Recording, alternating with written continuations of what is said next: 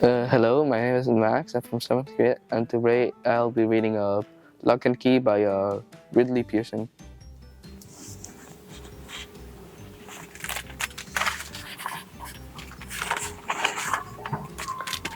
Chapter 1. The sound cracked the night like a distant limb tearing from a tree trunk. It briefly put a hair to the richest complaint of the cicadas, crickets, and bullfrogs. The forest canopy, thick with leaves, blotted out the ambient light from the stars. James Moriarty, huddled in no man's land with two of his summer school classmates, Maverick Maleta and Ryan Eisenhower, snapped his head up with a sound. That sounded like a gunshot, Eisenhower said, big and thick, even for 15. He had stayed back twice in middle school. Eisenhower had the voice of a man, buzzcut of a sailor, and the chin of a boxer. Ryan, Maverick said, do you really think people are shooting at each other in a game of capture the flag? Seriously?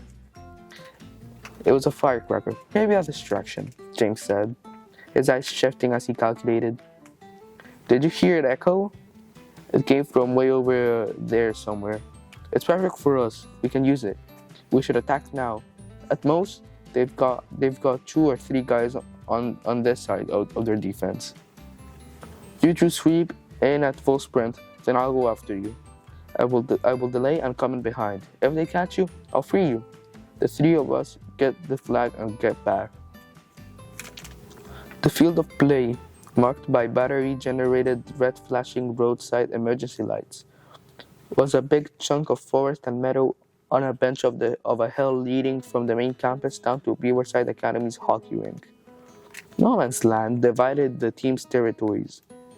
At either end hung a flag. Half of the summer school had signed up to play. It was a lot of forest to defend for both teams, making the game all about more electrifying. 2 teachers were supervising, 1 at each flag. You're saying we're sacrificial lambs? Maverick said. Something like that, James replied, laughing. Works for me, said Maverick. He checked with Eisenhower, who nodded and grunted. So what are you standing here for? James asked, prodding. The boys stood off, crossing no man's land, boundaries, and entering into enemy territory. James began counting to 30. Chapter 2. Team Black had more athletes than we did, more speed, and probably more dumb nerve.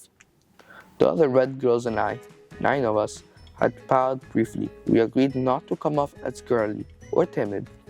We would not be afraid of the dark. We would not shriek at the first sight of a twig. We would, in essence, man up, the irony of which was not lost in any of us. My brother, James, was on Team Black. That complicated things for me. For one thing, I knew how sneaky he could be. We had spent our childhoods playing 2-person hide-and-seek. For another, he was devious, mean, cruel, and fun. A brother, most of all, he was devilish smart. If he got control of Team Black, he would make a plan that the Reds could not bear. Thankfully, he wasn't all that popular. He had a group of goons he bossed around, but I think the other students saw him as a loner. A great-great-great-grandfather had started Basker Academy, meaning most of the kids at school believed James and I got special treatment. It wasn't entirely true, but when did truth matter in high school? Team Red's strategy, dictated by our team captain, a boy, naturally, involved putting more of our team on defense at the start of the 90-minute game. I didn't say anything, no one would listen anyways, but it was a good strategy. James was aggressive, he'd be thinking offense. We Reds would focus on putting as many of their team on jail. Those in jail had to be tagged and be freed by a teammate to win in release, and could not try to get the flag until crossed back into no man's land first. When we had 10 of our teammates in black, the plan was to shift our resources into offense. As a result, 25 of the 30 Reds were assigned to patrol and grid space in a side of no man's territory. We each had a lot of ground to cover. We had agreed on code words to help signal each other. Charge! I heard a few Red teammates announce.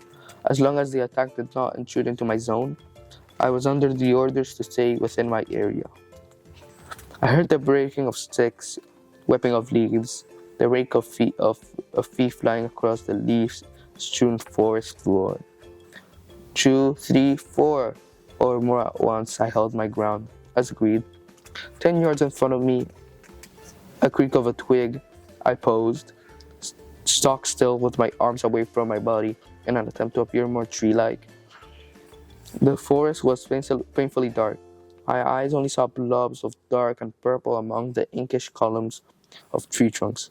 Pinpointing the source of sound was tricky given the occasional granite boulder and dozens of trees shrouding at me. I waited. The moving shape that appeared from the gloom was that of a boy, darting from one tree to the next. He utilized a zigzag pattern, his silhouette pausing to blend in with the tree trunks. I held my breath as he came within 5 yards of me. You. Moria? Brother Bear. I'm faster than you. So you think. Are you going to test it, James? He was an endured runner, a sprinter. I could catch him before no man's land. Do I have a choice? I'll pretend to chase you back to no man's land, I offered. Next time we cross, stay out of my zone. You would do that? What are sisters for? I've wondered for that long time. Someone set off a firecracker. Oh, that wouldn't go well for the chaperones. Now or never, Jamie. No more chit-chat. He took off. I followed. Close enough to where I knew I'd tag him if he were to burn me.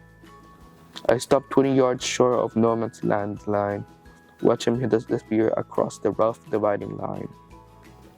As I made my way back to my zone, I heard the shout of "Red Coat" twice from deep within our territory. We'd taken 2 prisoners. A few minutes later, the same code word was shouted 3 more times.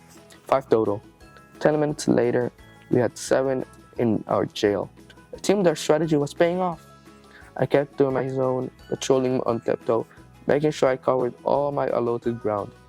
On this warm summer night, I was sweating more from the nerves than from the temperature. I didn't like the dark. I rounded a tree and recoiled from a face full of spiderwebs.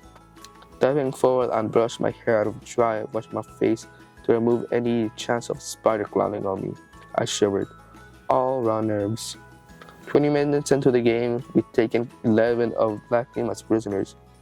Those of us on Team Red assigned as offense were expected to move towards no man's land, me among them. I found my way into a vacant stretch and quietly reached for my teammates. I gave up when I realized I had been upon an abandoned lane into my enemy's territory. I had an obligation to find my team to explore. The move to offense filled me with needling static. My skin prickled, my heart sped up. I marveled not only at the changes, but at the cause. The switch from protective to vulnerable. My earlier experience told me it was a game of sound. Not running speed, not even strategy. Sound. In this kind of darkness, the quietest team would win. Of this I felt certain. Moving with great care, though to heal, I pretended I was walking across a freshly iced pond, uncertain if the ice would hold me. With patience as my ally, I used all of a 12-year-old little sister's guilt and fortitude to withstand the temptation to hurry. Let others hurry, I told myself. I was in this to outsmart and win. James and I had countless games of hide and seek, whether it was in a Boston hometown or the Cape Cod compound, but both of which had left us following our father's fatal fall from a stepladder. I know all about staying put, holding my breath, and outlasting my brother's intemperance. 15 minutes passed, and I'd make it less than 20 yards, but there was close to an hour left on playing time. I wasn't in any rush. Pretty soon, I reached a break in the middle where it gave me away to a small meadow of high, healed grass and a bunch of gnarly thorn bushes. I hesitated at the meadow's edge, considering the circumnavigation through it to avoid being seen. The meadow's basket in starlight at the forest did not, calculating the time it would take to go around. I elected to risk the crossing, but on hands and knees. I had not worn shorts the way some others had. Despite the heat, I was not in jeans to protect against the underbush. With the midsummer dance quickly approaching, I didn't want to show off my gashed legs and scabs. I crept forward slowly, sensing I was being watched. Before I could decide on a plan, an anguished cry echoed across the field. It was not a call of peril, not a call for help, but the sound of something done unchangeable, something tragic. I wanted to think of it as a part of a game, a squeal of defeat or surprise, but it came out as someone ordered Team Black or Team Red. No, not bigger. Something Team Boys were playing were, but seasoned. Boys that knew enough to try not to be heard. I wanted to turn back. I longed for no man's land. A shadowy figure stepped out from behind the tree ahead. Suddenly, my feet wouldn't move. I felt as I might be myself. The shadow dissolved in the starlight. A boy appeared. James. Thank you.